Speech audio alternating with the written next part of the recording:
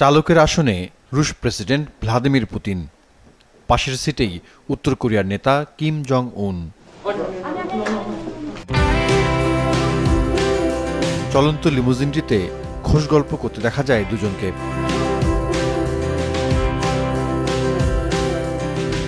বেশ কয়েকটি স্থান পরিদর্শন শেষে ফেরার পথে ড্রাইভিং সিটে বসেন উত্তর কোরিয়ার নেতাও। কিম জং উনকে এই বিলাসবহুল গাড়ি উপহার দেন রুশ প্রেসিডেন্ট পুতিন। রাশিয়ার প্রতিষ্ঠান আরাজ তৈরি করেছে এটি, তবে মডেল প্রকাশ করা হয়নি। উত্তর কোরীয় নেতার ব্যক্তিগত ব্যবহারের জন্য এটি দিয়েছেন রুশ প্রেসিডেন্ট। গাড়ির প্রতি বরাবরই বিশেষ অনুরাগ রয়েছে কিম জং উনের, তাই পুতিন এর আগেও তাকে গাড়ি উপহার দিয়েছেন।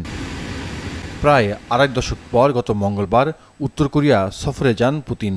সঙ্গে আনেন একাধিক উপহারও। জানা গেছে, গাড়ি ছাড়াও এ তালিকায় রয়েছে অ্যাডমিরালের ছুরি এবং এক সেট চায়ের কাপ।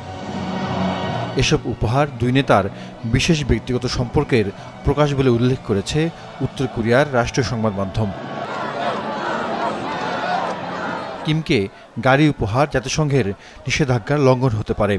পরমাণু অস্ত্র বহনে সক্ষম ক্ষেপণাস্ত্র পরীক্ষার জেরে উত্তর কোরিয়ায় যে কোনো ধরনের পরিবহন যান সরবরাহ করা নিষিদ্ধ করা হয়েছে ওই নিষেধাজ্ঞায়। জাহিদুর রহমান, মাছরাঙা নিউজ ডেস্ক।